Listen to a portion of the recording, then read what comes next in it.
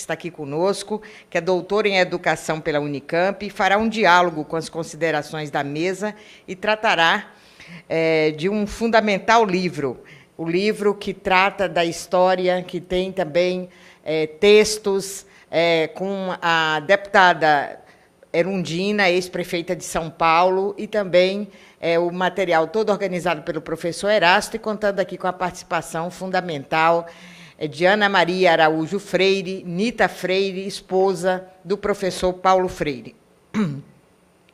A nossa atividade temática, Paulo Freire, Contribuição Social, Política e Pedagógica, é uma referência, homenagem à contribuição do patrono da educação nacional, educador e filósofo pernambucano, Paulo Freire, que completaria 98 anos no dia de amanhã. Então, nesta oportunidade, pretendemos enaltecer e divulgar seu pensamento e suas contribuições à educação e à sociedade, tendo em conta a data do seu aniversário, em 19 de setembro. Nesse momento, convido a todos que nos acompanham pela TV Câmara e pelas redes sociais para acompanharmos um vídeo com um pouco da história do professor Paulo Freire.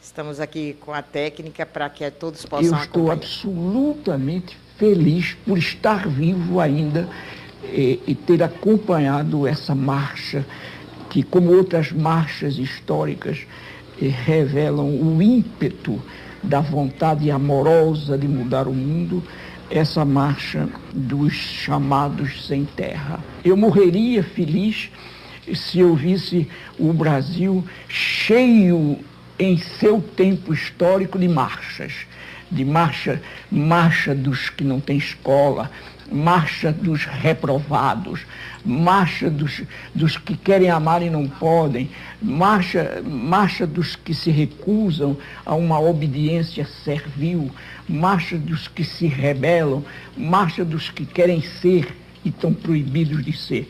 Eu acho que, afinal de contas, as marchas são andarilhagens históricas pelo mundo. E os sem terra... Homenagear o professor Paulo Freire, no momento do seu aniversário, é homenagear a educação brasileira. A Lei número 12.612, de 13 de abril de 2012, declarou merecidamente e após amplo debate no Parlamento o educador Paulo Freire patrono da educação brasileira. A iniciativa do projeto de lei número 5418 de 2005, que originou a lei, foi da deputada Luísa Erundina, relatada na Comissão de Educação pelo deputado professor Carlos Abicalil. A reverência ao maior educador brasileiro, reconhecido nacional e internacionalmente, é um imperativo dado à atualidade do seu pensamento, do pensamento de Paulo Freire e da pedagogia crítica para o desenvolvimento da educação nacional e a construção de cidadãos críticos e livres em uma sociedade democrática. Freire dedicou a sua vida à educação dos excluídos, uma educação eminentemente libertadora que busca a transformação da sociedade. Paulo Freire, a crítica a uma educação bancária, fez a defesa de uma educação libertadora. A educação popular e a ação docente como práticas de liberdade são legados fundamentais que o povo brasileiro precisa, conhece e deve continuar reconhecendo. Feitas as considerações iniciais, passo a palavra ao professor Dimas Brasileiro Veras. Professor Dimas é professor da Universidade Federal de Pernambuco, é doutor pelo Programa de Pós-Graduação em História da Universidade Federal do Estado de Pernambuco, possuindo licenciatura em História, também pela mesma universidade. Foi diretor de Gestão das Atividades de Extensão da Universidade Federal da Paraíba e tem experiência na área de História, com ênfase em História do Brasil Contemporâneo.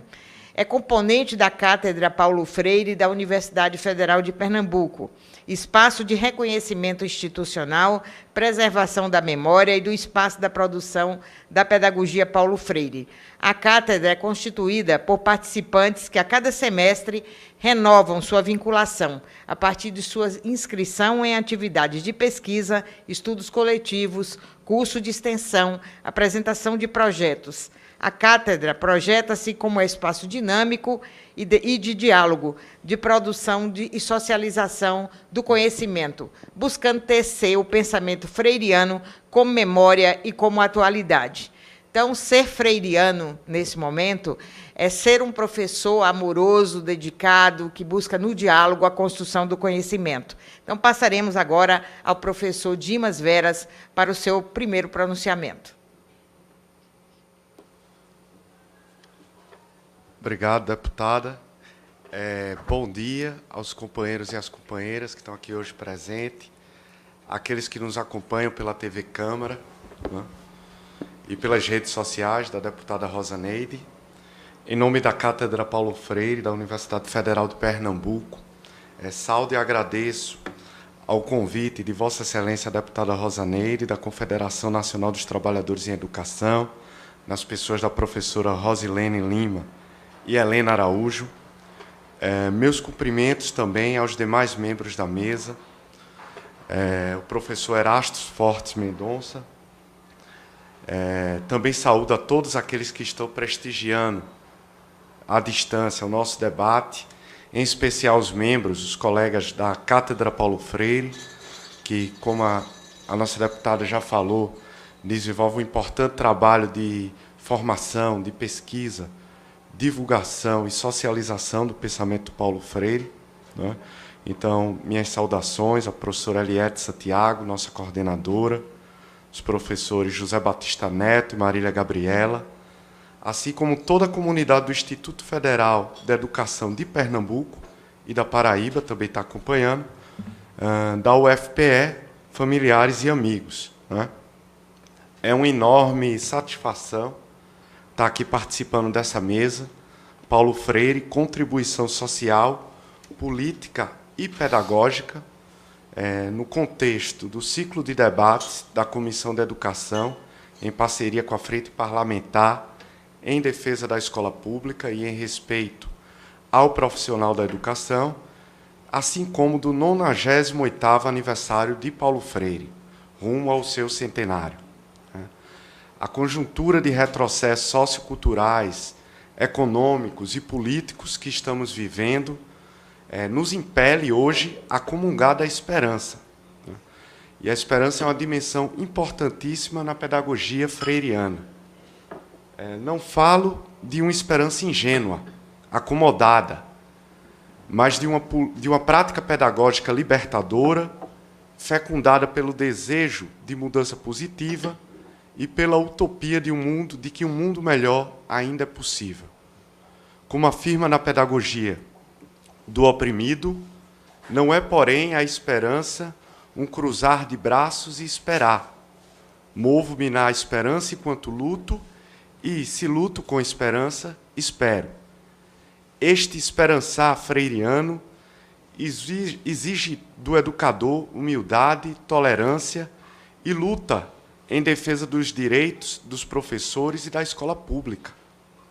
Batalha esta que se apresenta hoje como resistência às deformações autoritárias do ensino médio e dos currículos da educação básica, aos cortes na educação, resistência também às intervenções hoje na gestão das universidades e dos institutos federais, ao desmonte da produção científica do país, à censura, está aí de volta, né?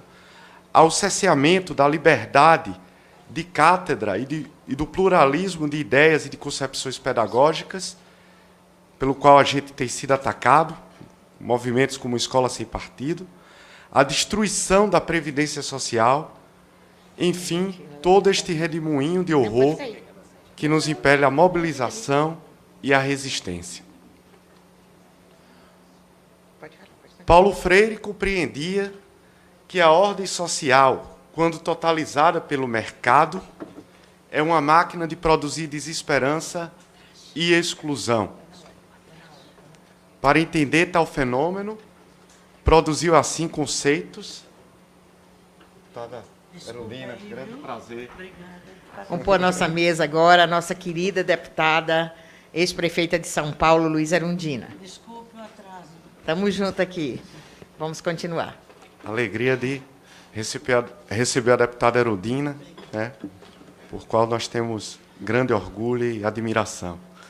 Então, continuando a minha fala, para entender tal fenômeno, né, essa desesperança sistêmica que a gente encontra, o Paulo Freire ele vai produzir alguns conceitos que hoje extrapolam o campo da pedagogia e da educação popular, né? Então, ele vai nos falar de uma cultura do silêncio, ele vai nos falar de uma ação antidialógica, né? E, claro, de uma educação bancária. A estas chaves negativas, ele vai opor todo um rol de categorias analíticas, como diálogo, participação, amorosidade, crítica, conscientização, humanização, libertação, né? Enfim, todo um arsenal de conceitos que nos permite uma leitura e pensar uma transformação da realidade, como observa a professora Eliette Santiago.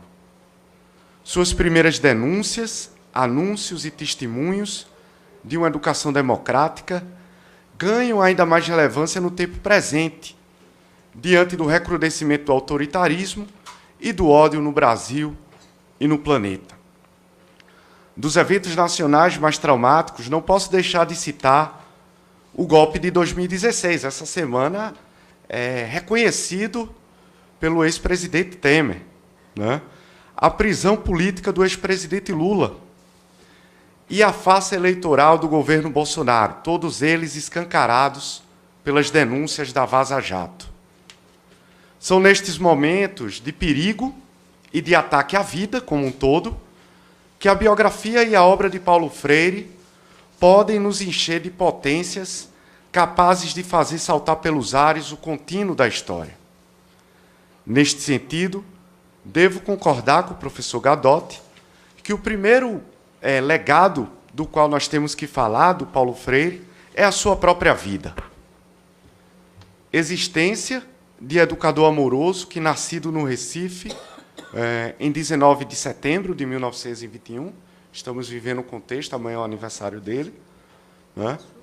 Formou-se na tradicional Faculdade de Direito do Recife, mas logo abdicou do locus privilegiado do poder bacharelesco e catedrático em favor do labor com os movimentos de educação e de cultura popular.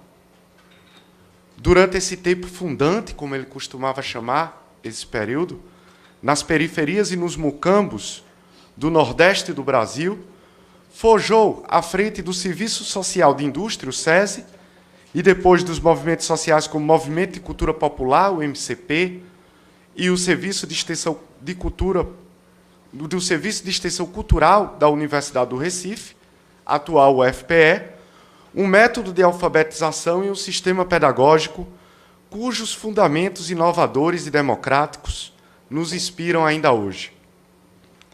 Das andarilhagens, neologismo que ele gostava de usar, pelos mangues do Recife, ou o sertão de Angicos, o futuro patrono da educação brasileira se viu rapidamente convidado para dirigir o Programa Nacional de Alfabetização. Este desejo de erradicar o analfabetismo e de fazer uma escola democrática o colocou na mira da repressão golpista e ditatorial de 1964, assim como coloca novamente hoje, né? Ao longo do exílio de 16 anos, Paulo Freire foi acolhido pelos principais centros universitários modernos, como Harvard, mas não se deu por satisfeito e seguiu levando seus círculos de cultura às periferias do planeta. Seu retorno ao Brasil em 1980 não significou o fim da censura e da repressão ao seu trabalho. Como analisei recentemente, de maneira inédita, na minha tese de doutorado, intitulada Palácios Cariados. Na época do seu retorno, pesquisadores, grupos de pesquisa e eventos temáticos sobre o autor e o próprio Paulo Freire permaneceram ali nos anos 80 sob a vigilância dos agentes e dos órgãos do Serviço Nacional de Informações, o SNI. Mesmo assim, voltou a lecionar na PUC, São Paulo, e ocupou a Secretaria da Educação de São Paulo, durante a gestão da prefeita Luísa Erundina, mulher igualmente guerreira, também nordestina, que tanto nos orgulha e hoje integra esta mesa, aqui do meu lado. Grande prazer, deputada. É deste modo que a biografia do educador se expressa como uma trajetória que afirma uma subjetividade rigorosamente ética, que urdia coerentemente teoria e prática numa praxe do oprimido e da libertação. Ainda sobre a vida do patrono da educação brasileira, cito mais um exemplo cuja lição de humildade e perseverança nos ajuda a entender esta ética afirmativa de nossa vocação ontológica por ser mais. Em conferência apresentada no Colóquio Internacional Paulo Freire, o professor José Batista Neto, da Cátedra Paulo Freire, da UFPE, da qual eu faço parte, recordava que, após o exílio, o educador Paulo Freire costumava, em suas aulas na PUC, recomendar aos seus alunos as leituras do Gilberto Freire, mesmo consciente de que este intelectual, conterrâneo seu do Recife, colaborara ali em 64 com sua prisão e o seu exílio ao denunciá-lo como comunista para as forças golpistas de 1964. Então, estava lá o Paulo Freire recomendando a leitura aos seus estudantes, para conhecer essa cultura brasileira, sociedade brasileira, essa herança escravista que a gente tem na nossa sociedade. Ele recomendava o mesmo Gilberto Freire que o denunciara. Isso é de uma nobreza tremenda. Mais do que sua trajetória biográfica e seu método de alfabetização, o Paulo Freire é reconhecido pelos seus livros e pelo pioneirismo de sua pedagogia crítica.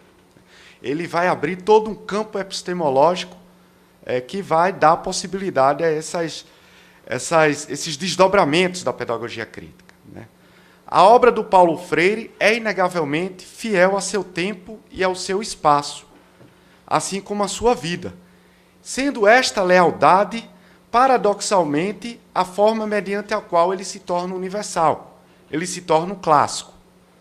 É por isso que é um dos autores brasileiros mais lidos, aliás, o segundo autor mais vendido na Bienal do Rio de Janeiro deste ano de 2019. Em meu livro Sociabilidades Letradas no Recife e em outros estudos, pude perceber o quanto a obra do autor da Pedagogia de Autonomia foi perpassada por uma unidade dialética entre a teoria e a prática, do qual já falei. A reflexão permanente sobre suas andanças e suas andarilhagens de educador popular, de professor universitário, de pesquisador, de extensionista, de gestor educacional, enfim, de intelectual híbrido ou anfíbio, para tomar emprestado o conceito que o crítico Silviano Santiago utiliza para analisar outro gigante do pensamento brasileiro, o escritor Machado de Assis. Daí o título de um dos primeiros ensaios publicados pelo jovem Freire, o professor universitário como educador. Naquele ensaio, lá dos anos de 1962, o Paulo Freire defendia: o professor se faz educador autêntico na medida em que é fiel ao seu tempo e ao seu espaço. Pergunto a vocês, então, qual a repercussão da educação democrática de Paulo Freire no contexto presente de recrudescimento do autoritarismo? Imagino que o pensamento freiriano será sempre contemporâneo, enquanto os sonhos de democracia e de justiça social estiverem ameaçados e alimentarem as esperanças dos oprimidos e das minorias por outros mundos possíveis. Daí a importância de trabalhos centrados no que Freire chamou de humanização, de conscientização, práticas que hoje transbordam o campo da educação e irrigam outros campos, como o da saúde, da psicologia, das ciências sociais aplicadas, das ciências jurídicas, dentre outras. Estas lições têm sido igualmente importantes no cotidiano dos movimentos sociais, culturais, artísticos, políticos e ambientais. No cenário global conectado, superveloz, mas ainda assim marcado pela intolerância e pela insegurança, o professor João Francisco de Souza, o saudoso professor João Francisco de Souza, sublinhava a relevância do multiculturalismo, presente na pedagogia freiriana, no que concerne à construção de um inédito viável, um futuro possível. É deste modo que as ideias de Paulo Freire têm sido aplicadas e reinventadas na Europa e no mundo, em trabalhos educacionais e culturais de alfabetização e de formação de maneira geral, conscientização de grupos sociais vulneráveis, especialmente com a multidão de refugiados, exilados e asilados, expulsos injustamente de suas terras por força da nova onda de conflitos político-econômicos, religiosos, étnico-raciais e socioculturais deste século. No entanto, estas experiências amorosas não se encontram livres da repressão das forças autoritárias e fascistas de todas as ordens. Aqui se faz importante, denunciar o ataque de motivação ideológica e política que está sofrendo o Centro de Formação Paulo Freire, no assentamento Normandia, em Caruaru, Pernambuco, em desrazão da solicitação de reintegração de posse do INCRA e da 24ª Vara Federal de Caruaru. Falando pela cátedra, Paulo Freire, e por mim, declara apoio e solidariedade a esta escola, que desenvolve desde 1999, em parceria com universidades, movimentos sociais, poderes públicos, um importante trabalho de ensino, de pesquisa, de extensão, no âmbito da educação popular e da agroecologia, com resultados efetivos na preservação da vida e do meio ambiente, na promoção da justiça social e no desenvolvimento sustentável da região. O pedido de reintegração envolve ainda 3 agroindústrias que abastecem a região, merendas escolares da região, e outros empreendimentos populares, como o Armazém do Campo, que funciona no Recife, configurando-se assim como um ataque à segurança e à soberania alimentar regional, o desejo daqueles que têm de comer, de se alimentar sem veneno, a comida sem veneno. São estas lutas, dentre outras resistências, que asseguraram a Paulo Freire a indicação ao Nobel da Paz e dezenas de títulos de doutor honoris causa nas principais universidades do mundo, sendo o brasileiro que mais recebeu esta láurea. Por outro lado, senhora deputada, pesquisas revelam que o patrono da educação brasileira é um dos autores mais citados em trabalhos acadêmicos, como revelam as pesquisas do professor Elliot Green, da Escola de Economia e Ciências Políticas de Londres, e o Open Syllabus Explorer, da Universidade de Colômbia. Numa outra pesquisa, o mesmo Paulo Freire ele aparece como o único acadêmico brasileiro numa lista de 100 autores mais citados em língua inglesa. Estas homenagens e referências demonstram a repercussão do pensamento de Paulo Freire no século XXI, assim, evidenciando o quanto ele está presente no sonho de educar, de humanizar e de construir o inédito viável. Tomo as palavras do nosso patrono, as palavras que ele conclui a pedagogia do oprimido, para encerrar minha fala. Se nada ficar destas páginas, algo pelo menos esperamos que permaneça. Nossa confiança no povo, nossa fé nos homens e nas mulheres, e na criação de um mundo em que seja menos difícil amar. Muito obrigado.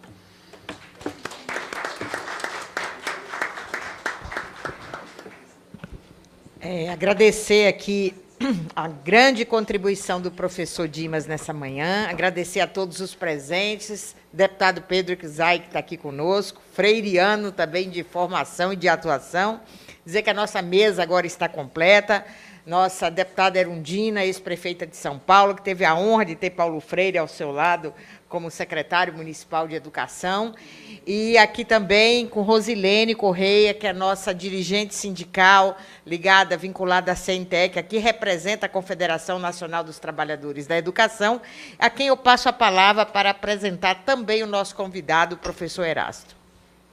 Bom dia a todos. Primeiro, pedir desculpas aqui pelo atraso. Infelizmente, o trânsito ainda consegue nos pregar surpresas, né? Cumprimentar, agradecer em nome da CNTE, na verdade, em nome de todos os trabalhadores da educação do Brasil, por estar aqui mais uma vez, participando com vocês.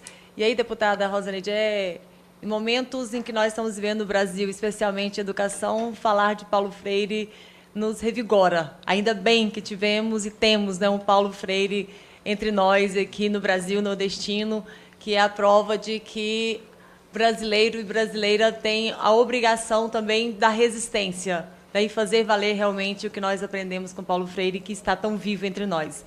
Cumprimentar a deputada Erundina, dizer do imenso prazer e honra de estar aqui e do que a senhora representa para nós, mulheres, especialmente, né, na política, na vida do povo brasileiro. Professor Dimas, também prazer estar aqui, conhecê-lo. E meu colega, professor Erasto, aí de jornadas e jornadas, né, Erasto? Então, um prazer estar aqui com você também. E sendo aqui de Brasília, sabendo muito bem do que a gente está passando por aqui em tempos de militarização das nossas escolas e assistindo a campanha do MEC apresentando como solução militarizar as nossas escolas Brasil afora. Então, acho que essa é uma bandeira que nós temos assim, do confronto, na verdade, né? Que é dessa resistência e combate a essa tentativa do MEC de militarizar e apresentar como solução para a educação pública brasileira polícias dentro da escola, como se bandidos estivessem dentro das escolas e, na verdade, nós, alunos e alunas, somos vítimas dessa violência e do descaso do Estado brasileiro para com a nossa juventude, especialmente nas ruas, deixando que as ruas transformem nossos meninos e meninas em pessoas, às vezes, violentas, sim, mas sendo vítimas dessa política ou ausência de política que nós temos aqui. Então, nós não podemos permitir.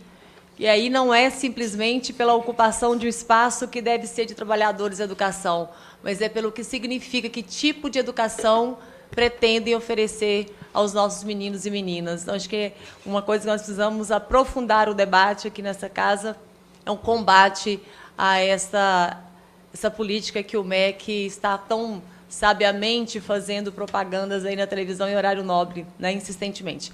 Bom, então, até por estar atrasada, vou aqui passar para o meu colega e companheiro, o professor Erasto, que é uma pessoa que muito nos honra aqui em Brasília, em tê-lo no nosso quadro, já foi nosso subsecretário de Educação, da Secretaria de Educação aqui do Distrito Federal. Então, trabalhamos juntos aí por várias vezes. Então, o professor Erasto é professor aposentado da Universidade de Brasília, tendo atuado como professor, pesquisador e orientador acadêmico dos cursos de pedagogia, licenciaturas, mestrado e doutorado em educação, com ênfase na área de políticas públicas e gestão da educação.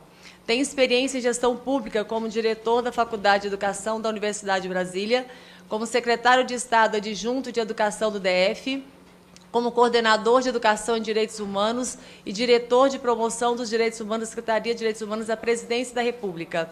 Foi professor de Educação Básica e diretor eleito de Diretoria Regional de Ensino da Secretaria de Educação do DF. Com a professora Ana Maria Araújo Freire, viúva do educador, organizou o livro Direitos Humanos e Educação Libertadora, Gestão Democrática da Educação Pública na Cidade de São Paulo. Organização e notas de Ana Maria Araújo Freire e Erasto Fortes Mendonças. Nas páginas 352, Editora Paz e Terra. Então, com você, Erasto, aí a palavra. Muito obrigada. Obrigado. Eu queria, em primeiro lugar, agradecer o convite que foi encaminhado pela Comissão de Educação da Câmara e a Frente Parlamentar em Defesa da Escola Pública e em respeito ao profissional da educação, na pessoa da deputada professora Rosa Neide. Quero manifestar minha saudação emocionada à deputada Luísa Erundina, que propiciou que o país pudesse reconhecer na figura de Paulo Freire também a figura do gestor educacional. Meu abraço ao professor Dr. Dimas Brasileiro Veras, que acabou de fazer uma belíssima explanação, e especialmente um abraço também à professora Rosilene Correia Lima, diretora do Sindicato de Professores no Distrito Federal, instituição a quem eu reputo boa parte da minha formação política. E agradeço o fato de ter sido base do Sindicato de Professores à época em que estive atuando na educação básica aqui em Brasília. Eu queria também transmitir o abraço da professora Anita Freire, viúva de nosso querido mestre Paulo Freire, hoje homenageado, por ela ter assumido previamente um compromisso na cidade do Rio de Janeiro, no dia de hoje, também em homenagem às vésperas do aniversário de 98 anos do nascimento de Paulo Freire. Eu vou pedir licença para circunscrever a minha fala sobre a contribuição social, política e pedagógica de Paulo Freire, que é o tema dessa mesa, a sua experiência como educador, como gestor da educação, na condição de secretário municipal de educação de São Paulo, na gestão da prefeita Luísa Erundina. A atuação de Paulo Freire se deu num período da gestão da prefeita Erundina entre os anos de 1989 e 1991. Isso se dá em razão desse livro que foi agora aqui anunciado pela professora Rosilene, que é um livro recém-lançado pela editora Paz e Terra, que busca mostrar ao país, e seguramente aqueles outros países que têm em Paulo Freire uma referência importante na educação, o que foi a gestão de Paulo Freire à frente daquela secretaria. Essa experiência ela já havia sido retratada parcialmente num livro que foi também já editado, chamado Educação na Cidade, uma compilação de entrevistas concedidas naquele período. A viúva de Paulo Freire, professora Anita, herdeira intelectual e detentora dos direitos daquele livro, ela concluiu num determinado momento que essa obra havia se esgotado no seu conteúdo, inclusive considerando a avaliação do próprio Paulo Freire de que essa publicação poderia ter sido precipitada por ter sido feito logo após a sua saída da secretaria. Desse modo, as edições existentes no Brasil, nos Estados Unidos, no México e na França, elas foram suspensas por determinação da professora Anita. No entanto, ela continuou recebendo demandas sobre o que Paulo Freire havia feito em favor da população, especialmente a população mais pobre, excluída da periferia da cidade, sem recursos, sem voz política, durante essa passagem dele como gestor educacional. Aconteceu que no dia 20 de setembro de 2011, há 8 anos, portanto, numa homenagem que a Câmara Legislativa do Distrito Federal concedeu a Paulo Freire, dando a ele o título de patrono da educação do Distrito Federal, eu tive a oportunidade de participar de uma mesa como essa aqui. Naquela ocasião estava presente a professora Anita Freire. Eu, sem me referir necessariamente ao livro Educação na Cidade, ou à sua experiência como secretário, mesmo sabendo que eu estava ao lado da pessoa que detém a maior legitimidade e a maior autoridade intelectual e pessoal para falar do nosso mestre, eu levantei a ideia de que era um pouco inadequado, talvez injusto, considerar Paulo Freire como mentor da educação para a cidadania. As suas reflexões e sua prática social humanizadora me pareciam ter uma centralidade na questão dos direitos humanos, mais que da cidadania. É claro que aqui é preciso conceituar rapidamente cidadania e direitos humanos para compreendermos por que dessa ideia. A cidadania se circunscreve à legitimidade objetivada pela Constituição e pelas leis de um determinado Estado nacional. É isso que determina o que é uma cidadania brasileira, italiana, francesa, etc. Portanto, ela está circunscrita a um território e a partir de determinadas leis. Os direitos humanos não. Os direitos humanos têm uma pretensão de universalidade. Não importa em que lugar, em que território, que tipo de gente, sobre qual tipo de gente nós estamos falando, os direitos humanos valem para todos em qualquer lugar, independente, inclusive, ou acima da Constituição e das leis dos determinados Estados nacionais. Eu considerava, naquela ocasião, que o quefazer pedagógico proposto por Paulo Freire é dirigido à humanização do homem e não à permanência do que já não representa os caminhos do humano, para usar uma reflexão do próprio Paulo Freire no livro Educação e Mudança.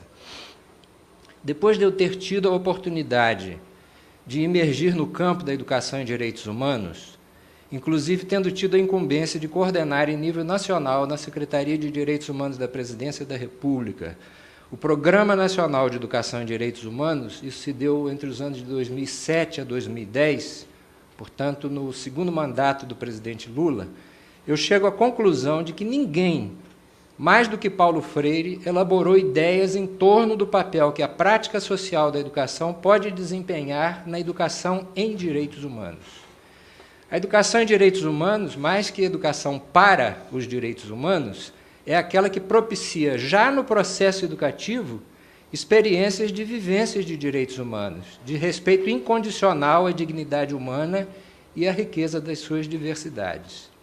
A consciência do outro e da outra como um igual em dignidade e direitos, a liberdade, a igualdade como direitos naturais, bem como a convivência em espírito de fraternidade, apregoados no primeiro artigo da Declaração Universal dos Direitos Humanos, estão presentes, sem dúvida, na educação libertadora e na gestão democrática que Paulo Freire imprimiu na Secretaria Municipal de Educação de São Paulo, sob a coordenação da prefeita Luísa Erundina. Na oportunidade daquela mesa de homenagem, em 2011, eu fui impactado pelo convite da professora Anita Freire, feito em público, depois da minha fala, para que pudéssemos reorganizar um livro que representasse essa ideia, a de Paulo Freire como gestor educacional, que promoveu na gestão democrática da Secretaria Municipal a educação em direitos humanos. Não é preciso dizer que as pernas tremeram naquele momento, né? Quer dizer, receber da viúva de Paulo Freire um convite público para reorganizar um livro a partir de uma ideia que, naquele momento, eu ousava, né, levantar ao lado dessa pessoa que tem a maior autoridade intelectual e pessoal para pensar e refletir sobre as ideias de Paulo Freire. Bom, a reorganização desse livro deu-se pelo exame da experiência conduzida por um processo de gestão democrática, tendo como eixo norteador a educação em direitos humanos. A professora Anita encontrou nos seus arquivos pessoais peças fundamentais para demonstrar o que fez o seu marido como gestor público da educação. Textos do próprio Paulo Freire, anotações, transcrições de conferências, entrevistas em jornais e revistas, inclusive algumas realizadas e não publicadas. Eu chamo a atenção para uma em particular da Folha de São Paulo, em que o entrevistador passou uma boa parte de uma manhã com Paulo Freire. A sua assessoria, naturalmente, gravou a entrevista. No dia seguinte, a entrevista não saiu no jornal e Paulo Freire escreve, de próprio punho, uma expressão que dizia mais ou menos assim: o jornal fez uma entrevista, não publicou e, além disso, me fez uma série de ataques. Não é preciso dizer, a deputada Luísa Erundina sabe melhor do que qualquer um de nós os ataques que a sua gestão, né, e que, em particular, a gestão de Paulo Freire vinha sofrendo pela imprensa local naquele momento.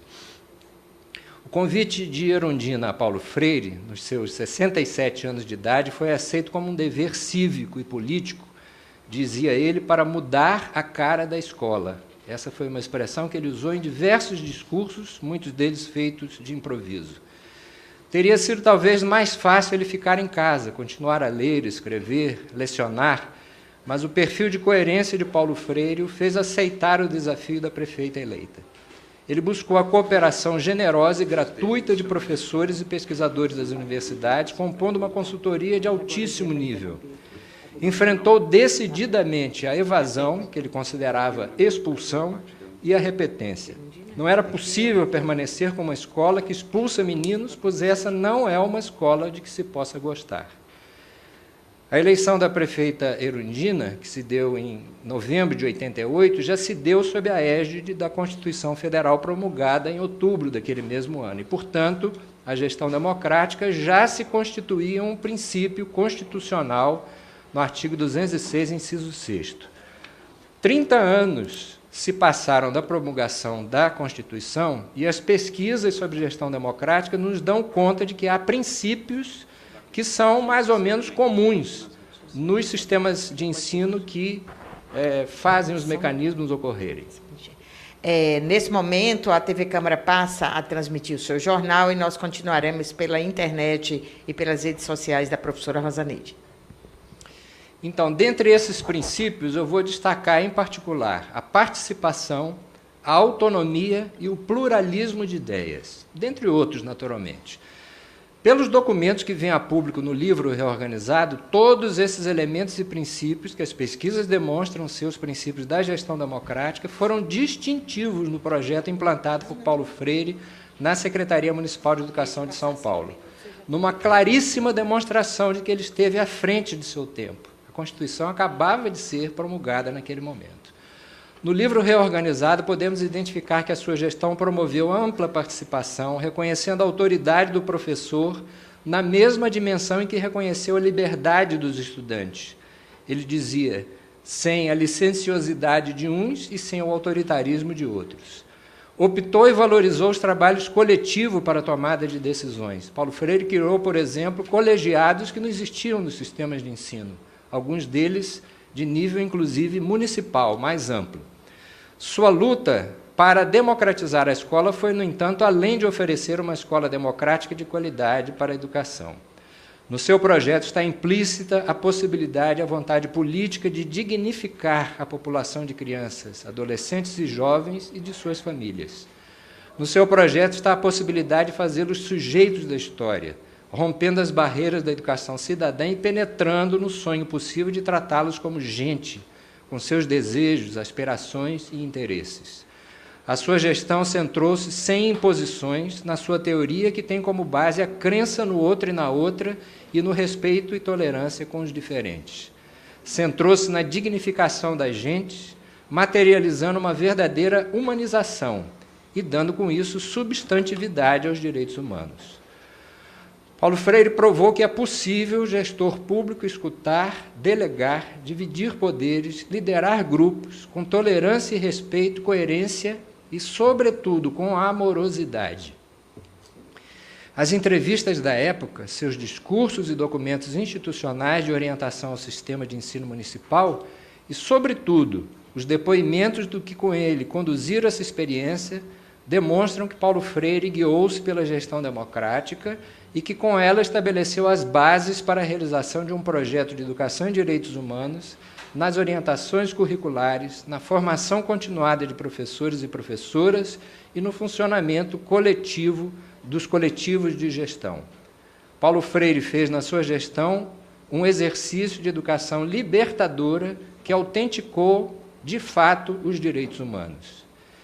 Nesses tempos tão difíceis, tão obscuros e de tantos retrocessos na nossa educação e nas nossas políticas públicas, iluminar experiências democráticas exitosas é um alimento para revigorar as nossas crenças, nossas lutas e nossos sonhos na direção de uma utopia viável de construção de uma sociedade justa, igualitária e fraterna. É isso que o livro pretende demonstrar. Muito obrigado. Nossos agradecimentos ao professor Erasto pela contribuição, pela sempre contribuição, que está sempre aqui conosco na Comissão de Educação, apoiando a Frente Parlamentar em defesa dos profissionais da educação e da escola pública. E toda vez que é chamado, o professor Erasto diz presente e nos ajuda nas reflexões. Nesse momento, para nossa honra e orgulho, que nós estamos aqui nesta mesa, agora vou dizer com a ex-prefeita, que teve Paulo Freire ao seu lado, a nossa deputada aqui de 6 mandatos, a deputada Erundina, que nos orgulha muito e para todos nós deste parlamento é uma grande inspiração. Então, a nossa deputada Erundina é assistente social de formação, é mestre em ciências sociais, é uma política nacionalmente respeitada, ela é referência no país inteiro, especialmente para as mulheres. Lá no meu estado, quantas pessoas dizem, olha, vou colocar a minha cara, se a deputada Erundina, num momento que era tão difícil, ela teve tanta coragem, e ela permanece firme e forte, encorajada na luta. Então, tem muita gente, atualmente, se inspirando na nossa deputada Erundina, como da deputada Benedita, e em tantas outras companheiras, né, que fazem do parlamento uma causa de vida e de luta. Então, a deputada Erundina, a gente pode assim dizer que foi a primeira prefeita de São Paulo representando um partido de esquerda, a primeira pessoa que ocupou a prefeitura de São Paulo, que representa realmente um pensamento diferente dos demais, até o momento que ela assumiu, que já por lá já haviam passado. Foi professora de faculdades e universidades, dirigente acadêmica, dirigente sindical, foi ministra de Estado e, como prefeita, liderou um gabinete, uma gestão progressista que reuniu Paulo Freire na educação, Marilena Chauí na cultura, Paul Singer no planejamento, Perseu Abramo na comunicação, entre outras importantíssimas referências. Com Paulo Freire, priorizou a melhoria das condições das escolas e de acesso e permanência dos estudantes, valorizou os professores, a gestão democrática e a alfabetização de adultos. Então, vamos ouvir, nesse momento, a contribuição real, quem estava na prática, quem conviveu, da nossa deputada Luísa Erundina. Bom dia a todas, a todos. Eu quero saudar essa mesa também, a partir da professora Rosa Neide, que também se introduziu de forma muito competente e generosa nesse mundo da política institucional, que é essa que nós convivemos agora, num momento crítico da vida do país, com reflexos muito fortes na nossa relação política aqui dentro da casa e da nossa relação com a própria sociedade, que tem dificuldade de perceber essa casa como sendo a sua casa, né, e a instituição mais próxima do povo, que é a Câmara dos Deputados. É importante ter educadoras e educadores, parlamentares, deputados, porque elas trazem exatamente o seu compromisso com a educação.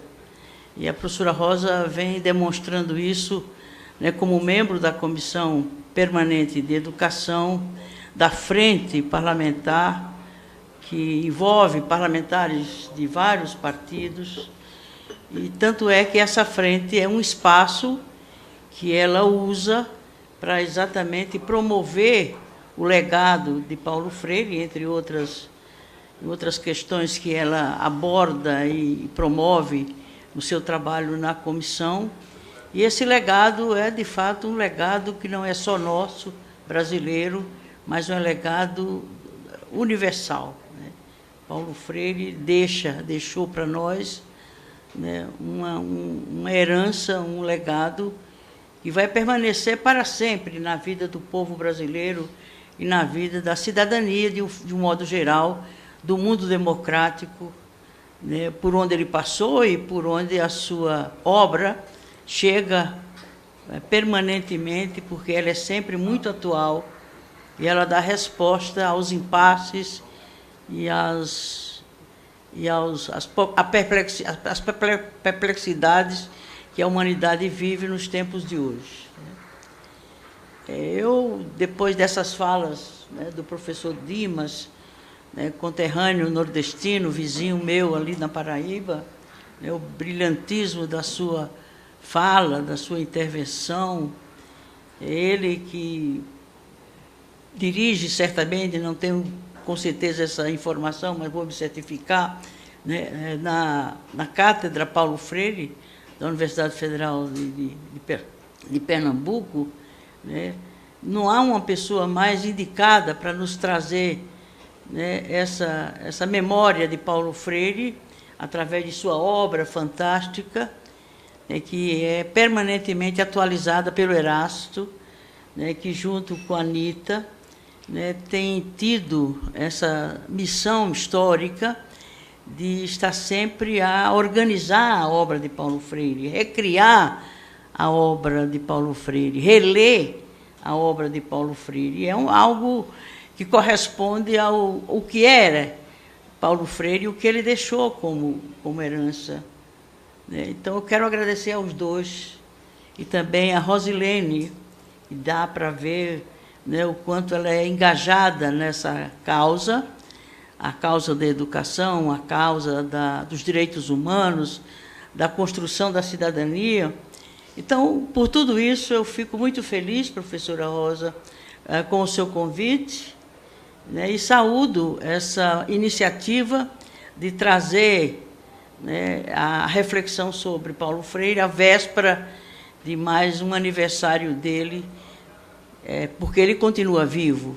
Uma pessoa como Paulo Freire não morre nunca, né? Ele está sempre vivo na sua obra, no seu espírito, né, no seu sonho, na sua esperança, na sua projeção, né, permanente em relação às questões que mais interessam ao mundo civilizado, ao mundo democrático e aos direitos humanos em geral.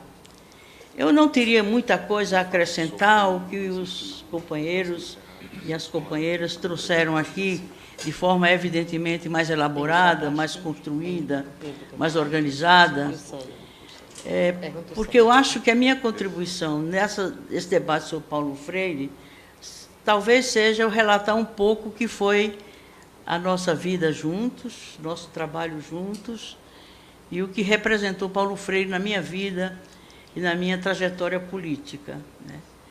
E isso é um legado muito próprio meu, mas não é meu. E eu, sempre que eu tenho oportunidade, eu procuro dividir essa memória da minha relação com Paulo Freire, e que não é descolada, não é separada daquilo que Paulo Freire é e fez ao longo de sua vida curta para nós. Pessoas como Paulo Freire deviam ser clonadas, né?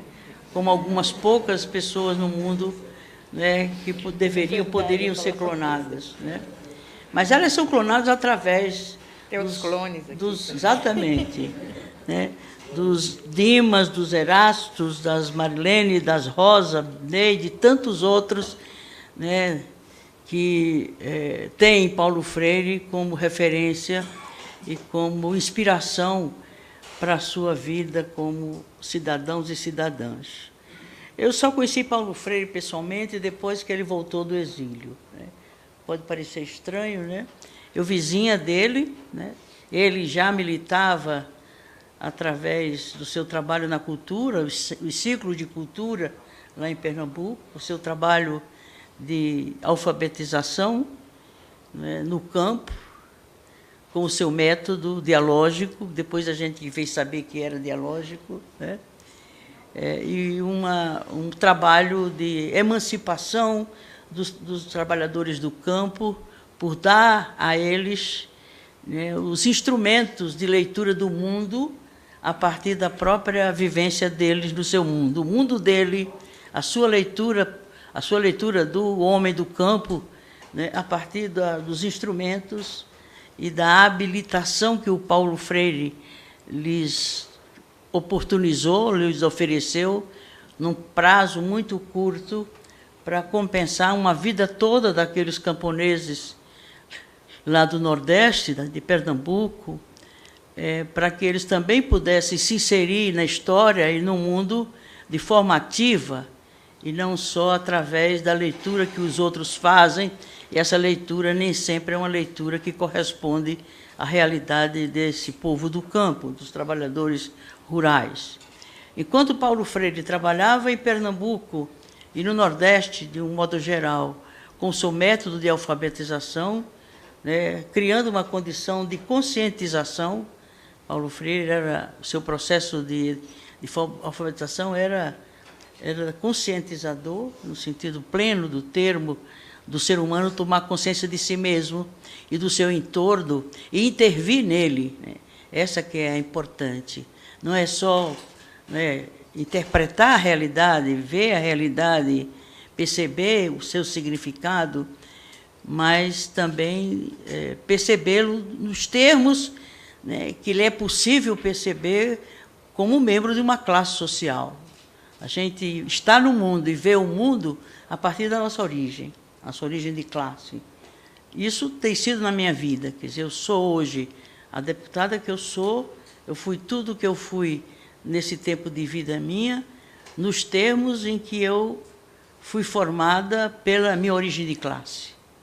Filha de camponeses sem terra, uma família enorme, de 10 filhos, sujeito à seca, e que nos levava a migrar nas condições de vidas secas mesmo, do Graciliano Ramos. Não tinha nada de fantasia daquilo que Graciliano Ramos escreveu na sua obra, sobretudo em Vidas Secas. Era aquilo que a gente viveu por 2 vezes, eu uma vez, mas minha família por 2 vezes, na seca de 32, que eu não era nascida ainda, e na seca de 42, que aí sim eu passei por o drama da migração, sem destino, sem rumo, fugindo da seca, fugindo da sede, fugindo da fome, fugindo da miséria do Nordeste, e que a minha família não era uma exceção, era a regra.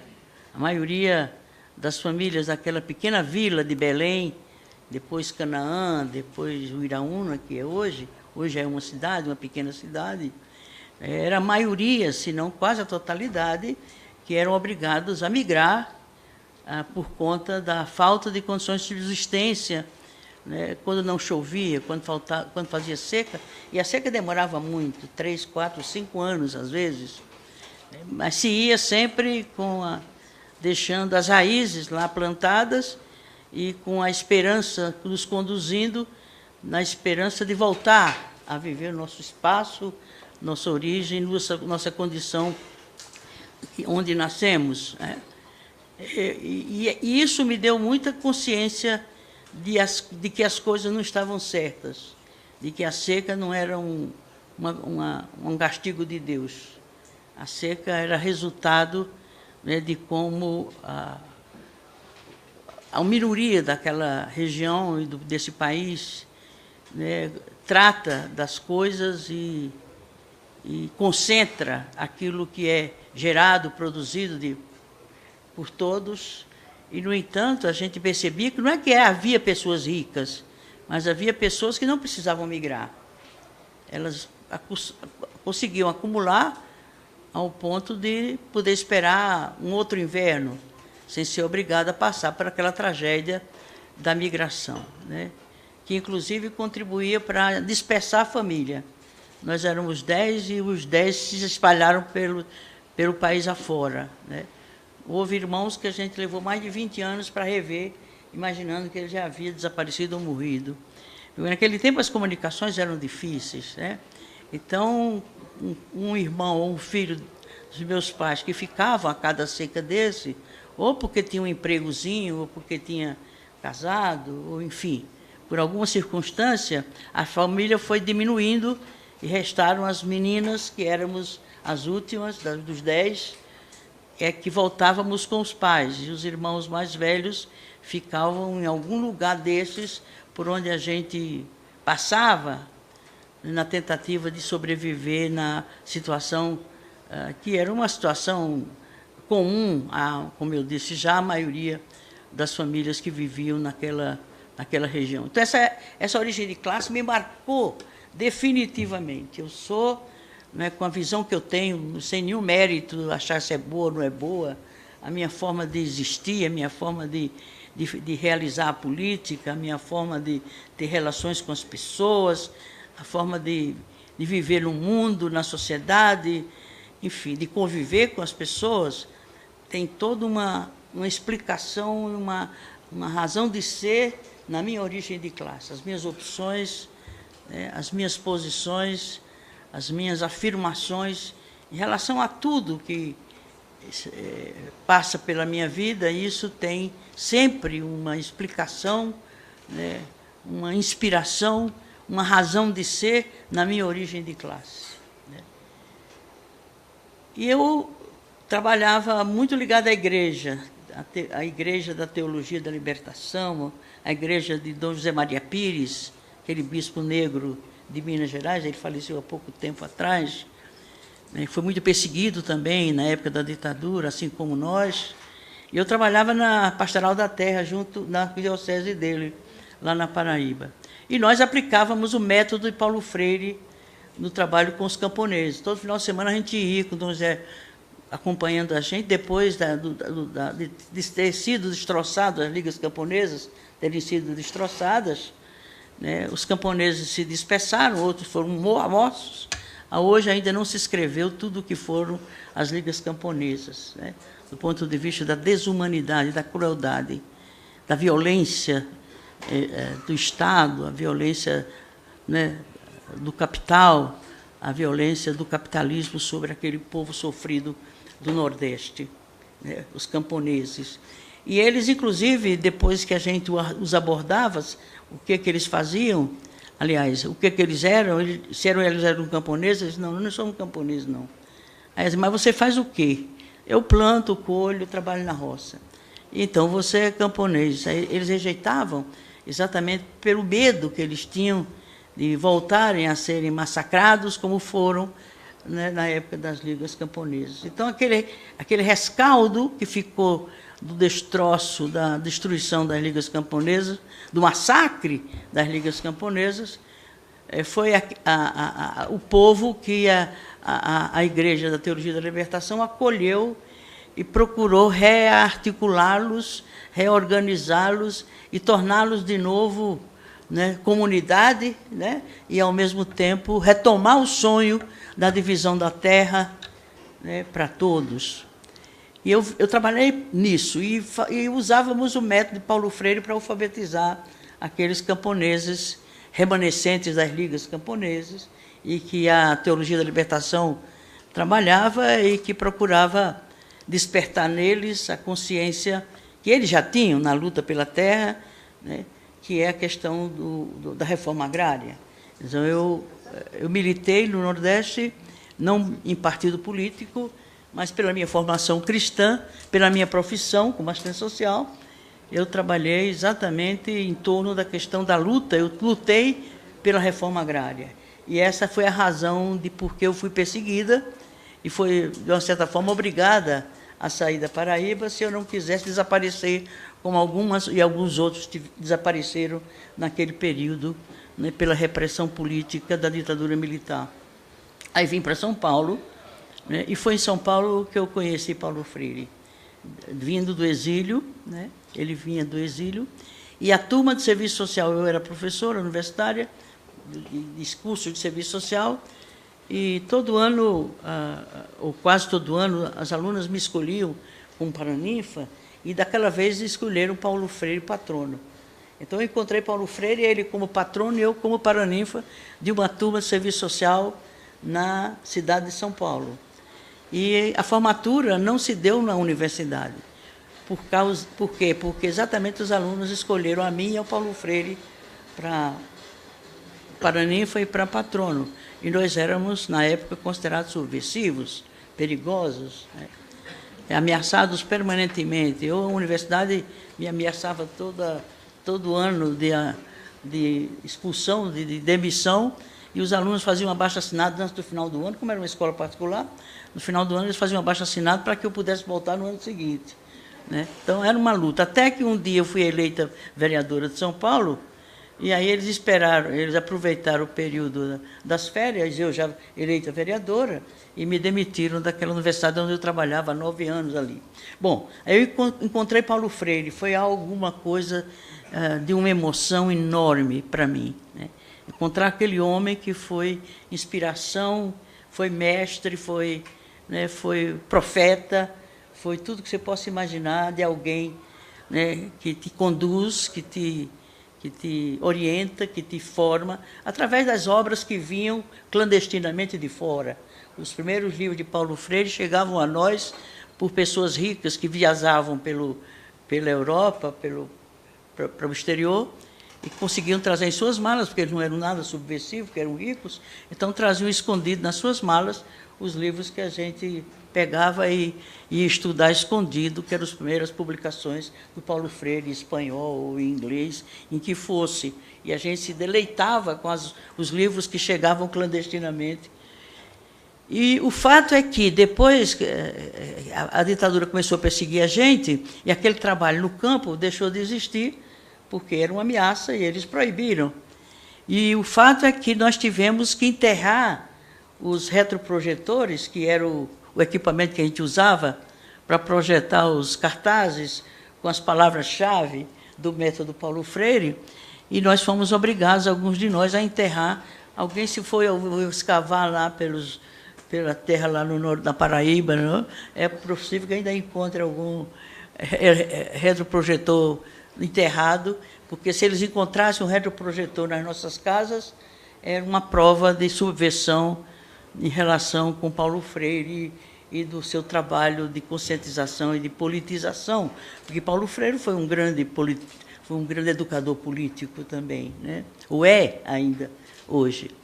Então, eu tinha essa memória de Paulo Freire, né, procurava tudo o que eu conseguia ler sobre Paulo Freire, a gente conseguia, né, da forma que eu já falei. E, naquele momento em que encontrei Paulo Freire, foi um momento mágico, né, de encontrá-lo, de abraçá-lo, né, de materializar naquele imaginário que eu tinha sobre aquela figura, sobre aquela ideia, porque Paulo Freire também era uma ideia, né? Era algo maior do que ele mesmo, como pessoa humana, né? Eu esperava que o seu discurso fosse um discurso... Qual é o tempo? Eu acho que eu perdi já a noção de tempo. Viu? Então, a gente esperava um discurso, sabe, assim, revoltado, né, crítico, né, ressentido. 16 anos de exílio não é pouca coisa, ter interrompido a sua obra no seu país, né? E a gente esperava um discurso inflamado, um discurso revoltado, e a primeira impressão que a gente teve dele é que o seu discurso era um discurso amoroso. Ele não falou da ditadura, não falou do exílio, não falou do seu sofrimento com a sua família, muito pelo contrário, ele falou da alegria de estar voltando para a sua terra, para seu povo, para o Nordeste, para Pernambuco, comer as comidas gostosas de Pernambuco. Então, foi uma manifestação de afeto, né, de alegria, né, de demonstração do quanto ele estava feliz de estar voltando para o seu país, para o seu povo, e a oportunidade que ele voltava a ter de novo voltar a trabalhar com o seu povo aqui. Então, aquilo já me impressionou profundamente, a todos nós que estávamos lá, eu como paraninfa e os alunos como profissionais que estavam se formando. Saímos dali e foi um encontro definitivo. O meu encontro com Paulo Freire foi um encontro definitivo. Eu era vereadora e logo eu apresentei um requerimento conferindo o título de cidadão paulistano. Então, Paulo Freire tem o título de cidadão paulistano, que eu fiz aprovar, consegui aprovar na Câmara, eu vereadora, né, logo depois que a gente se encontrou nessa formatura, e eu eleita recentemente também vereadora pelo Partido dos Trabalhadores. E naquele momento, a gente nunca mais se separou, do ponto de vista de eu sempre estar à procura dele, acompanhando o que ele fazia, e ele teve muita dificuldade de se inserir no mundo acadêmico em São Paulo. E foi a PUC de São Paulo, aliás, Dom Paulo Evaristo Arnes viajou antes do retorno dele e o encontrou, se não me engano, em Paris, para fazer um convite a ele para que ele viesse ser professor na PUC São Paulo. Portanto, ele veio pelas mãos de Dom Paulo Evaristo Arnes, porque a USP não o aceitou, a Unicamp o convidou, mas aí a direção quis impedir, quis proibir, e alguns professores se rebelaram e aí impuseram a manutenção de Paulo Freire como professor na Unicamp, lá em São Paulo. Mas não foi fácil. ele se reintegrar, se reincorporar no mundo acadêmico para continuar sua pesquisa, seu trabalho no mundo acadêmico das universidades de São Paulo. Bom, a partir dali, né, a vida continuou, a minha militância no Partido dos Trabalhadores, ele também estava no Partido dos Trabalhadores, portanto, a gente passou a ser militante de um mesmo partido, né, com o sonho de transformarmos o mundo, né, como o PT nos deu esse sonho, essa utopia, que é essa certeza sobre um mundo possível, como diz Paulo Freire, que o Dimas lembrou aqui. Então, depois disso, eu virei prefeita, né, pelo Partido dos Trabalhadores e pelas mãos do povo, né, e no momento que a sociedade estava fortemente mobilizada. Foi o fim da ditadura militar, a Constituição de 88, e foi o momento da primavera democrática no país, né, com nós vindo, né, de um processo de militância política nas bases. O PT nasceu na periferia dos grandes centros urbanos, no campo, na luta pela reforma agrária, nos sindicatos, né, enfim, na região pobre das grandes cidades, na periferia das grandes cidades, no campo, enfim. Todos nós temos muitos petistas aqui, ou ex-petistas. Uma vez PT, sempre PT. Né? Aquele PT da origem, a gente não larga ele. Né? Porque, inclusive, os partidos que a gente vieram depois dele foi em razão do PT. Né? Eu disse, daquela vez que eu saí do PT para ir para o PSB, eu dizia, eu vou mudar de casa na mesma rua. Né? Que era a rua do socialismo, a rua da esquerda, e, portanto, a rua do socialismo. E eu mudei de casa, saí de uma casa do PT para a casa do PSB, aí depois mudei para a casa do PSOL, porque eu sou muito rigorosa nas minhas convicções políticas, não consigo conviver com certas concessões, certa política de alianças, isso me repugna, é como se eu estivesse traindo, né, o meu compromisso de vida, meu compromisso político, e foi por isso que me fez mudar algumas vezes de partido, mas é só um partido, que é o socialismo, que é o futuro da humanidade. Né? Não temos a menor dúvida. Pode ser os séculos que forem pela frente, mas um dia a humanidade será socialista. É o futuro da humanidade. Está na essência do ser humano, né? O socialismo, os valores socialistas. E se a gente tentar viver os valores socialistas hoje, ele já se antecipa no tempo.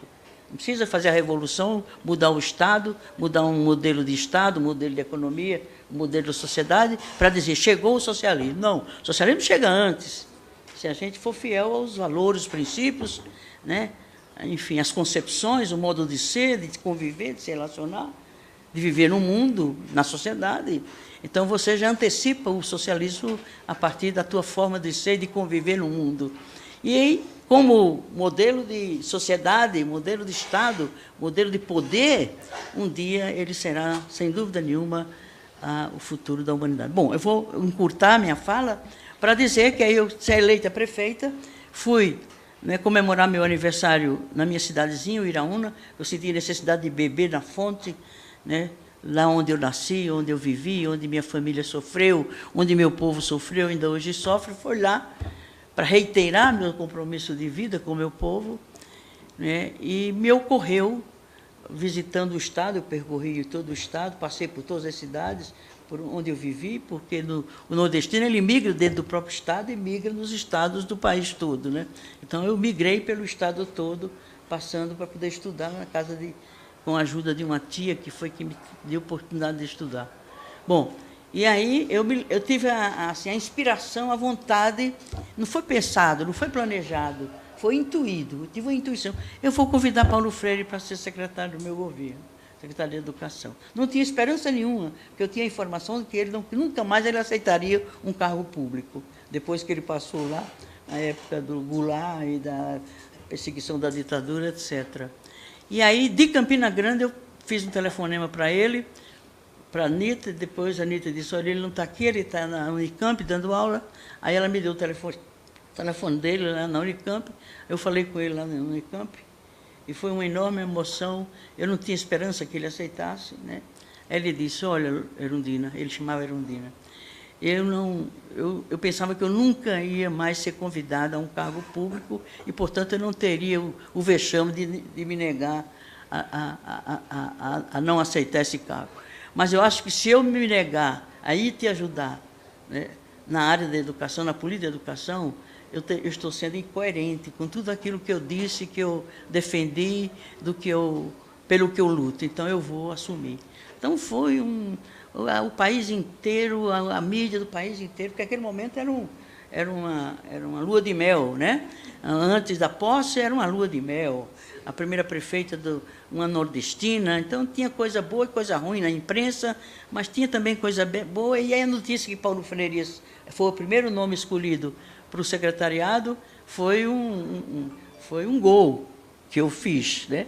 Depois o PT se chateou por isso, porque eu não consultei o partido. Eu disse, mas será que eu preciso consultar o partido para convidar Paulo Freire para ser secretário de Educação? Não, isso é burocracia demais, né? Então eu só arrisquei e deu certo. E quando a gente arrisca, dá certo, né? Bom, então, nesse sentido, eu convidei Paulo Freire, e aí foi a experiência com a gente durante 2 anos e meio, porque ele não quis mais ficar, porque ele disse, olha, eu já fiz tudo o que eu podia fazer para construir uma nova política de educação nessa cidade.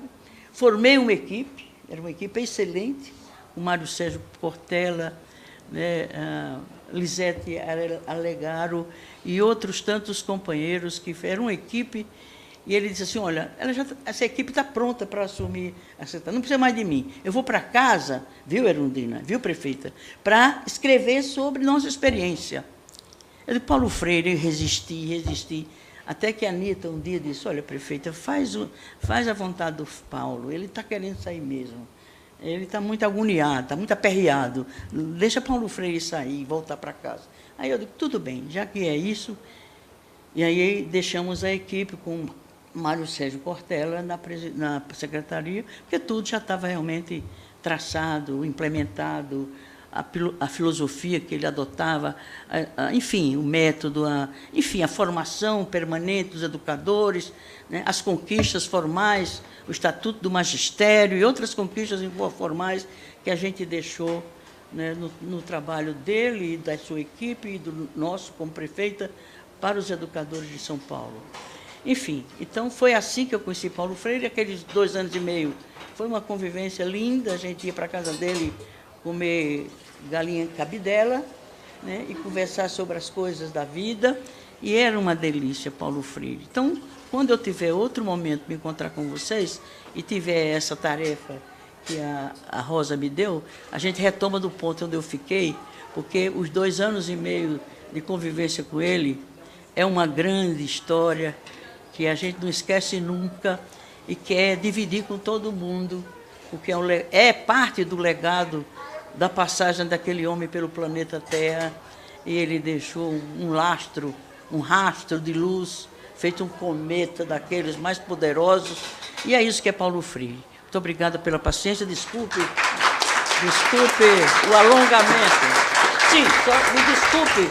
Bom, aí virei deputada, ele já tinha falecido, aí eu entrei com um projeto de lei e consegui aprovar ele como patrono da educação brasileira. Só que o trabalho que eu estou tendo para manter esse título tem sido brincadeira. É maior. Ele continua me dando trabalho, Paulo Freire. Viu?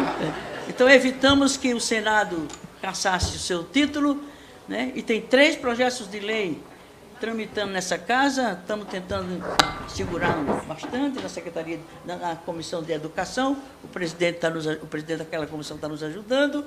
Tem mais 3 projetos para caçar Paulo Freire de novo. Porque tirar o título de Paulo Freire de patrão da educação brasileira é exilá-lo de novo, é tirá-lo de novo do país, é expulsá-lo de novo para o país. E aí nós vamos às últimas consequências. Vou sentar de novo na mesa do presidente, vou fazer todas as desobediências civis que possam ser feitas para que o título de Paulo Freire não seja caçado de novo. Muito obrigada. Vamos agradecer a nossa deputada Erundina pela aula nessa manhã, em homenagem ao aniversário que acontece amanhã do professor Paulo Freire. dizer assim, que a deputada Erundina vem sempre muito bonita aqui para o plenário, lá no plenário, né? Mas hoje ela está especialmente bonita, bem arrumada. Eu tenho certeza que a homenagem, né? Dizer assim, quando o pobre veste uma roupa diferente, todo mundo nota. Eu também botei uma roupa nova para vir aqui, porque o nosso homenageado merece mais do que ninguém. Quero agradecer aqui o deputado Rogério Corrêa, que está presente, o deputado Célio Moura, do Tocantins, que está presente, e passar rapidamente aqui para a consideração que já solicitou o nosso deputado Pedro Cusá, de Santa Catarina. Eu quero cumprimentar a todos os membros da mesa. Rosa Neide, parabéns por promover esse momento, né, na véspera dos 98 anos de Paulo Freire, a presença aqui dos professores, do Erasto, do Dimas, da Rosilene, da Luísa Erundina, e eu acho que contraditoriamente, dialeticamente, o Bolsonaro está ressuscitando com muita força Paulo Freire no país. Ele está nos provocando, ele está nos colocando, junto com o ministro da Educação, a emergência do debate do Paulo Freire como não estava acontecendo há um bom tempo. Nós, na nossa região, vamos realizar um seminário internacional, o encontro dos amigos Vygotsky e Paulo Freire no próximo ano. E vão convidar o Dimas, vão convidar o Erasto, junto com várias universidades, que eu não imaginava que a minha universidade ia ser parceira também de um evento internacional de trazer Paulo Freire. Parece que há poucos dias a Unicamp, o prédio principal da Unicamp, denominaram Paulo Freire. Então, a emergência da resistência, da força, eu acho que é esse processo contraditório. Eu acho que o Paulo Freire, nos próximos anos, vai ser muito mais forte do que foi 3 anos atrás, 2 anos atrás. Vai ter muito mais força. Eu acho que a resistência e a luta, o Paulo Freire vai ser ressuscitado em muitas novas lutas nesse país.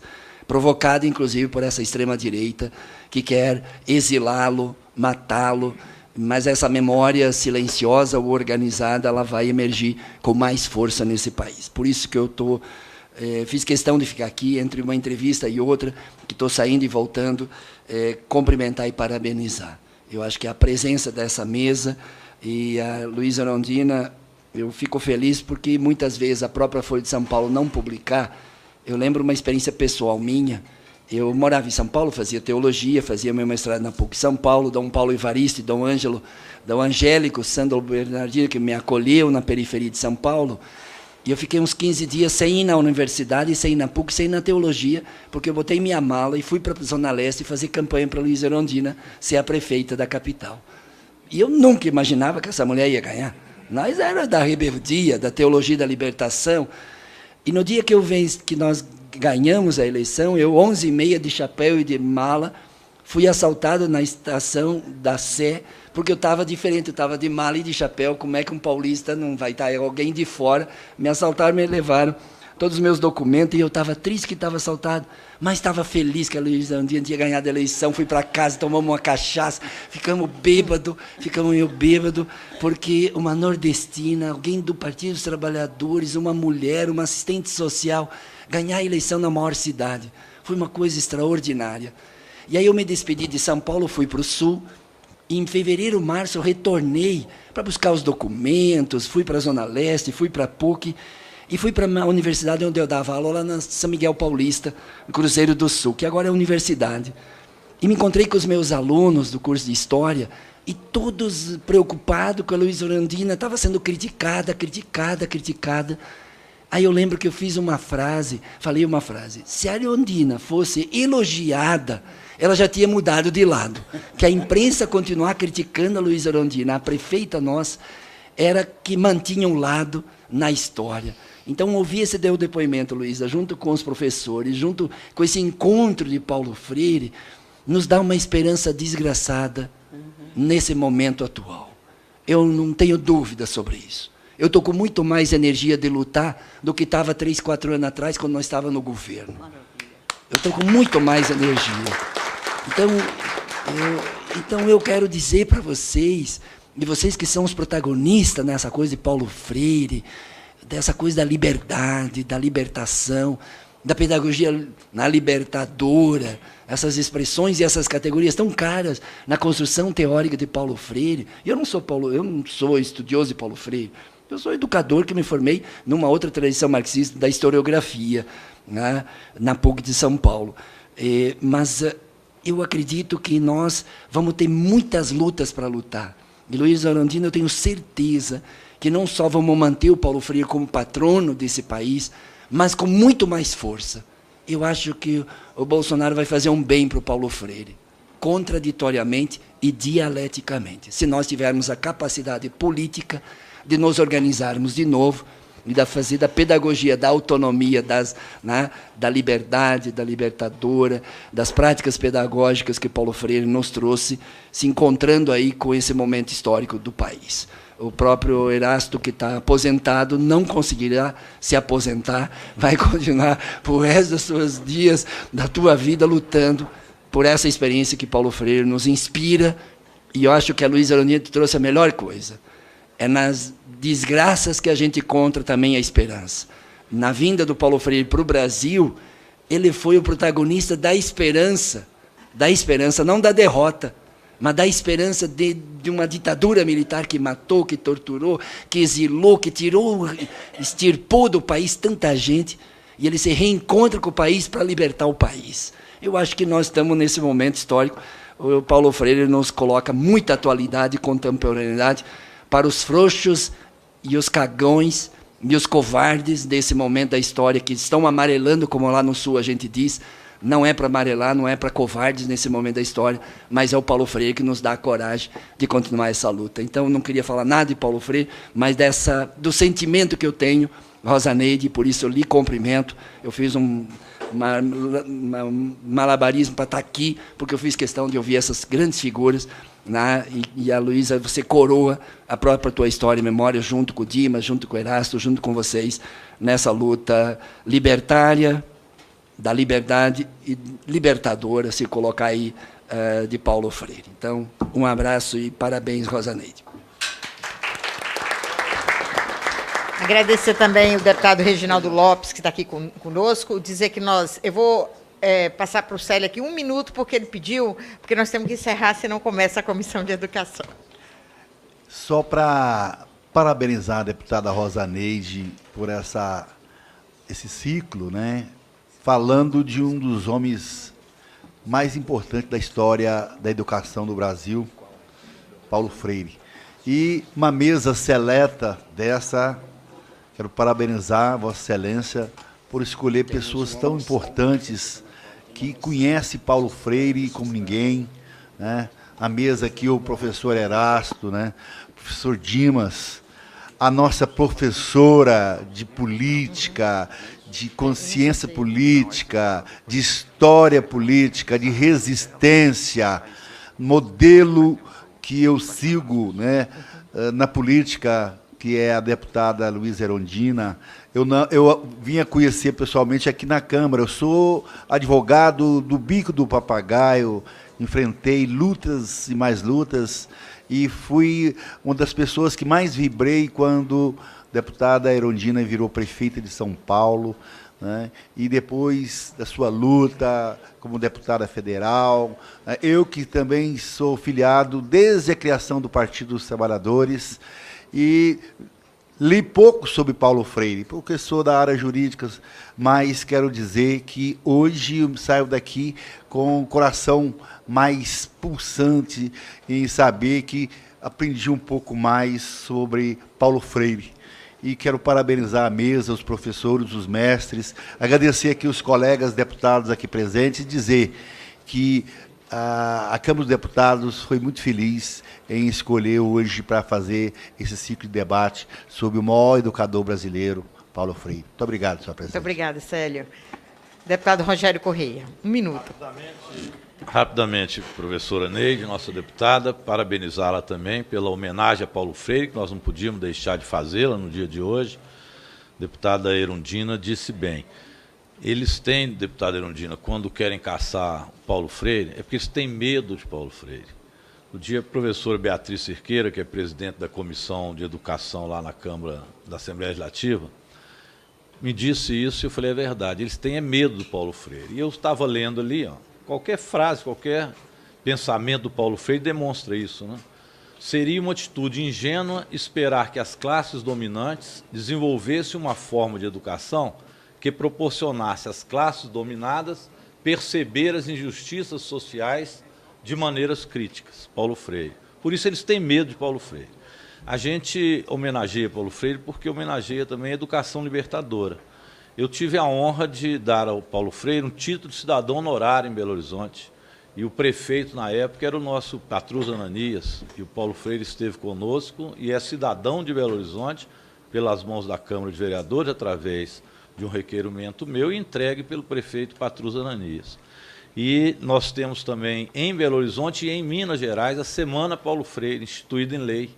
Então, lá agora, em várias escolas pelo estado afora, por Belo Horizonte, Paulo Freire está sendo homenageado pelas professoras e pelos filhos dos trabalhadores e do povo mais pobre. É isso que nos faz estar perseverando sempre com a memória de Paulo Freire e com a luta dos trabalhadores por uma educação libertadora. Parabéns, Rosa. Obrigada, Rogério. Deputado Reginaldo Lopes. Um minutinho? Não, só para cumprimentá-los todos aí da mesa, né? Rosilene, Erasto, Rosa, nossa deputada, por ter organizado, Dimas, e também Luiz Erundina, por esse encontro. Acho que são esses atos, as sessões solenes, essas homenagens, essas audiências públicas, que nós vamos consolidando a nossa resistência, a nossa travessia. Tenho certeza que nós vamos vencer, né? Acho que é um momento de resistência e todos nós temos uma tarefa nessa travessia. Então, quero aqui parabenizar, acho que a defesa do Paulo Freire, a defesa dos mais pobres, a defesa da educação, a defesa de só a educação pode promover um país mais justo, diminuir a desigualdade e fazer um projeto de país. Portanto, quero aqui parabenizá-lo. Obrigada, deputado Reginaldo Lopes. Gostaria de, para encerrar a nossa atividade, que eu tive uma experiência como professora do ensino superior na formação de professores, no seminário, professor Erasto e professor Dimas, que nós fizemos, que eu realizei com meus alunos, sobre o pensamento de Paulo Freire. Aí uma acadêmica, que ela morava na zona rural, professora de muito tempo, e estava naquela oportunidade fazendo seu curso superior, o seu curso de pedagogia, depois que ela estudou para apresentar no seminário, ela fez o seguinte pronunciamento, falou, professora, hoje entendi que eu sou freiriana pela minha prática, mesmo sem conhecer nada do pensamento de Paulo Freire. Então, quantos freirianos e freirianas temos no país inteiro e no mundo fazendo um trabalho, né, que dialoga com a realidade dos nossos estudantes, sem ao menos entender teoricamente o que está fazendo.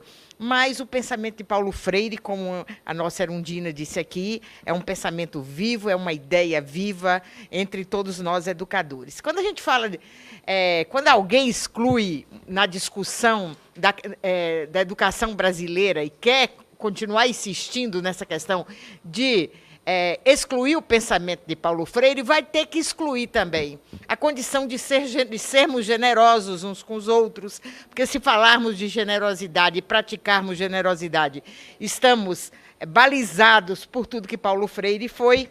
Se falarmos de respeito, de liberdade, de diálogo, de amorosidade, como ele sempre se referiu, de esperança, de fraternidade, de sonhos, de alegria, de tolerância, se tivermos esses conceitos e tantos outros em nossas práticas, estaremos sendo freirianos. E, portanto, tirar Paulo Freire do contexto da educação é tirar a possibilidade de sermos professores, professoras e estudantes no contexto da educação brasileira. Quando na gestão se trata de colegiados, de participação e decisão unificada e juntos, né? Quando se fala de democracia, de direitos humanos, de educação libertadora e, fortemente, de intervir na realidade para melhorar as condições de existência das pessoas que estão ali, estamos falando de Paulo Freire. Então, deputada Erundina, professora Erundina também, tirar Paulo Freire do contexto da educação, aqui como bem relatou pela história o professor Dimas, o professor Erasto e a nossa Rosilene, que representa os professores do Brasil, com certeza é missão impossível dentro da educação. Porque só quem experimentou o gosto de tratar com crianças da classe trabalhadora, de ver os olhos brilhar do pai, da mãe e da criança no momento que ela aprende a ler, no momento que ela lê o mundo e lê as letras. Então, todo momento que a gente convive com isso, essa magia do interior da sala de aula, entre professores e estudantes, que são momentos freirianos, né? Nestes momentos, quem experimentou vai continuar tendo o pensamento de Paulo Freire, na forma que ele escreveu, nas revisões, no revisitar Paulo Freire o tempo todo que a Academia Brasileira faz e que as nossas práticas continuam fazendo, no parlamento, na escola, na cidade, nos movimentos. E como ele disse aqui no primeiro vídeo, vamos encher o país de marchas. E aí eu acho que um deputado que falou, que acho que foi Pedro, e disse, o governo vai nos provocando a fazer marchas, né? Então, Paulo Freire vai continuar na marcha conosco por uma educação libertadora, nossa, inclusiva, que todos os nossos filhos tenham a porta da escola como acesso, a permanência como direito e a qualidade da educação construída por todos nós. Então, muito obrigada por esta manhã. Estaremos juntos e juntas fazendo educação nesse país, sempre, no parlamento e na escola. Muito obrigada. E agora que encerramos, gostaria de dizer aqui que tem o livro do professor Dimas, né, que ele lançou, que ele fez o estudo de Paulo Freire antes da ditadura militar, então um material muito interessante. E nós temos o livro aqui, agradecer a viúva de Paulo Freire, professora Anita Freire, que em outra oportunidade, professora Erasto, ela deve estar aqui conosco, né, professora Erundina também. Dizer que aqui também tem uma entrevista feita pelo professor Erasto com a nossa deputada Erundina, é um dos capítulos aqui. E esse livro já está aí à venda para que a gente possa ter acesso a releituras e novas informações sobre o pensamento atual de Paulo Freire. Dizer aqui que os primeiros que chegaram, a gente colocou o nominho aqui, e vou chamar rapidamente algumas pessoas para receber o livro, e os que não receberem depois vai ter que comprar o livro, né, professor? Então tá. Vamos aqui, peguei o primeiro papelzinho aqui. Eu quero que a Alisson venha aqui me ajudar. Opa, primeiro, representando os estudantes do Brasil, Denise da Uni. Olha, eu acho que... Professor Erasto aqui para entregar para a Denise. Acho que foi alguma confusão que o Alisson fez aqui. Entregou. Aqui também, Hélia. Hélia está presente? Hélia está aqui presente. Alisson, Hélia ali para receber o livro. Vamos rapidamente, senão o nosso presidente Pedro Cunha Lima já vai chegar para a nossa... Josevaldo, está presente? Está aqui presente. Quem não estiver presente não ganha, vai pegar outro. Vamos mexendo, vai ficar para o final. Regina, está aqui presente. Regina ontem falou, se não me sortear. Vamos aqui. Rafael, está aqui presente? Opa, Rafael está presente, então vai ganhar um livro. Falta quantos? 4. Lisete, opa, merecedora, muito trabalhadora aqui na... Opa, obrigada. Camilo, está presente, Camilo? Venha receber. Já deu? Tem mais 2? Senão eu vou chamar quem não tem. Ai, com sua letrinha que eu nunca lembro. Eu vou passar uma caligrafia para o Alisson, não deu certo ainda. Adriana, está presente? É o último? Tem mais um? Ó, Adriana, você ganhou. Ana Paula, está presente? Ana Paula está aqui. Então, gente, muito obrigado, os livros presenteados. E agora nós vamos tirar uma foto aqui com a mesa e deixar aqui o trabalho do professor Erasto, que é esse livro, a coordenação desse livro, junto com a professora Anita Freire, e também com a apresentação aqui no livro da nossa deputada Erundina, que agradeço de coração a honra de tê-la conosco nessa manhã. Vamos tirar foto agora, que já tem outra sessão a ser iniciada.